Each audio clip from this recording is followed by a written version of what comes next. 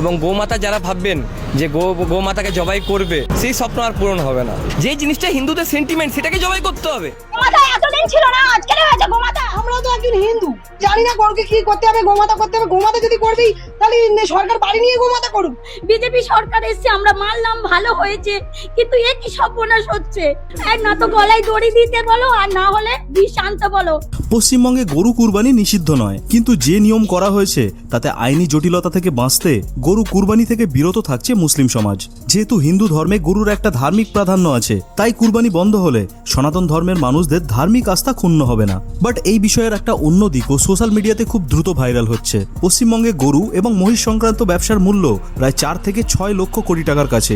একটা গরু তার জীবনকালে 6 থেকে 8 বছর অবধি দুধ দেয়, যার পর খাটাল মালিকেরা তাদেরকে বিক্রি করে দিত। কিভাবে নেবো? শুধু তো গরুকে খাওয়ালে আর গরুকে দুধ বিক্রি করলে তো আমাদের সংসার চলবে না। কুরবানির কথা ছিল বলে গরু তুলতাম, গরু পুষতাম। এখন যদি এই নিয়ম চালু হয়, তাহলে মোদি আমাদের খাটালে গরু তুলে দিক। কিন্তু এবার যা নিয়ম করা হয়েছে তাতে গরু দুধ দেওয়া বন্ধ করলে আরো এক্সট্রা 6 বছর অবধি তাদেরকে খাটালে রেখে পরিচর্যা করতে হবে। তারপর 14 বছর বয়স হলে সেই গরু কুরবানির জন্য বিক্রি করা সম্ভব। আমাদের তো ব্যবসায়ী এইটা, দুধ শেষ হবে গরু বিক্রি করবো, গরু সব নিয়ে গিয়ে আমাদের নবান্নকে দাঁড়।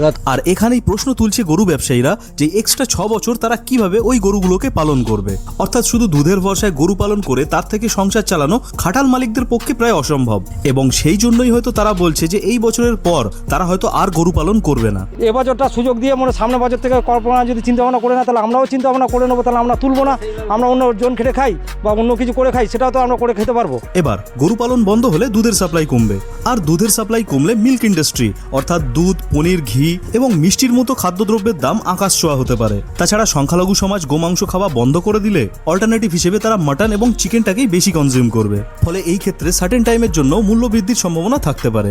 গরু পালন কমে গেলে চাষের ক্ষেত্রে ওয়েস্টেজ সামগ্রী যেমন খড়, বিচুলি ইত্যাদির কনজিউম কম হবে, এবং যে ব্যবসায়ী অথবা চাষিরা এর সঙ্গে জড়িত তাদেরও ব্যাপক ক্ষতি হওয়ার সম্ভাবনা থাকবে। কিন্তু এই সব কিছুর থেকেও বড় সমস্যা হলো যদি বিফ কনজিউম না হয়, তাহলে দুধ বন্ধ হয়ে যাবার পর সেই গরুগুলোকে নিয়ে খাটাল মালিকেরা করবে কি?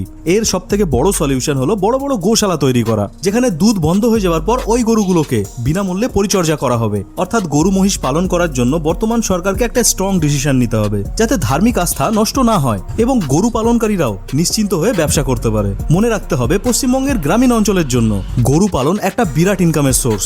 যেহেতু আইনের ঊর্ধ্বে কেউ নয়, তাই গরু কুরবানির ক্ষেত্রেও সেই সমস্ত আইন মেনে চলা দরকার সকল ভারতীয়দের। আর অনেক কিছু জানার জন্য সাবস্ক্রাইব করুন।